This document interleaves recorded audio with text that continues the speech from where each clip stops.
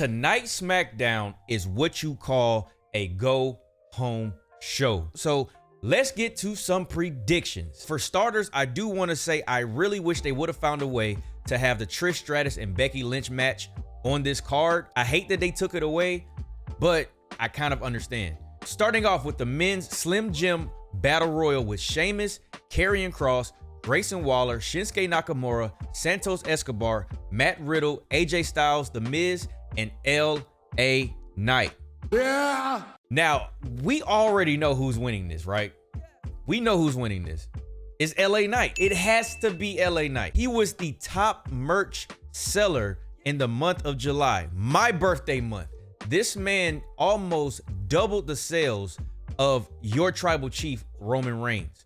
So everybody else on this list kind of doesn't make any sense. It doesn't make any sense for Sheamus to win. They have been throwing Karrion Kross under the bus for a while now. Shinsuke Nakamura kind of doesn't make any sense. Grayson Waller is the only one that I'm fearful of. Santos Escobar has a championship match. Matt Riddle, I've heard that his push is on hold.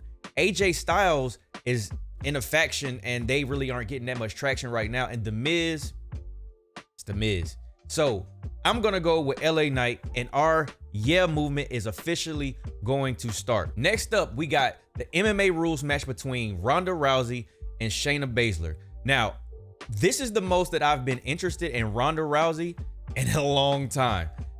And it's not even because of Ronda Rousey. Shayna Baszler has literally gotten me interested in this match.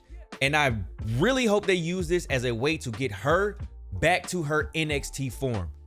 She was once a feared woman. Was it tap, snap, or nap was her thing? We need to get back to that Shayna Baszler. She could be a formidable opponent. We just have to make her look that way. We have to book her strong.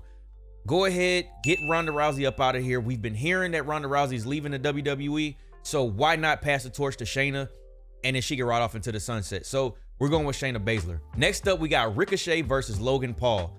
This is going to be a spot fest. Now, my pick, as much as I want Ricochet to win and have this could be a really big rub for him, I think Logan Paul is going to win this.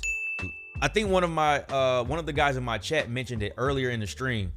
Logan Paul hasn't had a decent win since he beat The Miz, and that's been quite some time. And I know he signed a pretty decent deal with the WWE, so that probably entails him getting some form of a win. So I'm assuming that he's probably going to win this at SummerSlam. Now, if Ricochet wins, I won't be mad because Ricochet is a real life superhero, but logic tells me it's going to be Logan Paul. Next up is the Intercontinental Championship between Gunther and Drew McIntyre. I'm very torn on this. On one hand, I want to see Drew McIntyre have some sort of glory again because he never really got his moment because of COVID. And Drew McIntyre he's a commodity. We should be doing something with him. But then we have Gunther, who is 30 days or less than 30 days away from becoming the longest reigning Intercontinental Champion. If we're this close, you gotta give it to him. Why would you get this close to history and then not just follow it up? You might as well give him. So I am going to say Gunther's going to retain. He's going to go on to get the championship. He's going to go on to get the record for the longest reigning IC champion. And after that, it's fair game. Next up, we have the women's championship between Asuka, Bianca Belair, and Charlotte Flair. This one is a tough one, and it's not because of who I think is going to win in the match. I think Asuka walks away and retains, and we see a feud between Bianca and Charlotte, which will take them out of the title picture for at least for the duration of their feud. I also think that Io cashes in, but I don't know if she's going to be successful. I feel like there may be some dissension between her and Bayley before the match. And then once Io goes out to cash in, Bayley is going to cost her her cash in. Now, it's either going to be failed or it's going to be canceled to where she never gets to cancel or never gets to cash it in. But I do think that Asuka leaves SummerSlam with the title. Next up, we got the World Heavyweight Championship between Seth freaking Rollins and Finn Balor. Another one. I know this may seem like a lot in one night, but it may be both Money in the Bank winners attempt their cash-ins. And in my opinion, I think Damian succeeds. I want to say, I'm trying to take into consideration some of the things we're hearing. Seth says he possibly needs surgery, or he does need surgery. And then Finn Balor is obviously in some type of feud with his stablemate that they're trying to ignore, because both of them want the heavyweight championship. One of them's in direct contention. One of them has been in contention but failed. And he also is the holder of the Money in the Bank briefcase. I think we go ahead and, I understand the Judgment Day is a big faction, is one of the top factions. It may be the top faction on Raw, but at a certain point, sometimes you just got to go ahead and pull the trigger. I think that Damian cashes in on Finn directly after Finn wins the championship, and we start to see maybe the end of the Judgment Day. Next up, we got Cody Rhodes versus Brock Lesnar. There's no way. And The Rock means no way. There's no way that Cody Rhodes lose this match. Cody just got his Becoming Cody Rhodes, the American Nightmare documentary out. This whole thing about him finishing the story, he loses so much momentum if he goes down 0-2 or if he goes down 1-2 to Brock Lesnar. He has to beat Brock Lesnar in order to look strong enough to beat Roman Reigns at WrestleMania 40, which apparently that's the main event. I hate knowing it this early, but that's how WWE is in the media today. He can't lose this. He can't afford to lose this match. Brock doesn't need this win. Brock is just a bully right now. Brock is a solidified legend. He's made, and he can't contend for the title as long as Roman has it. So I don't see any way that Cody Rhodes loses this. We're going with Cody.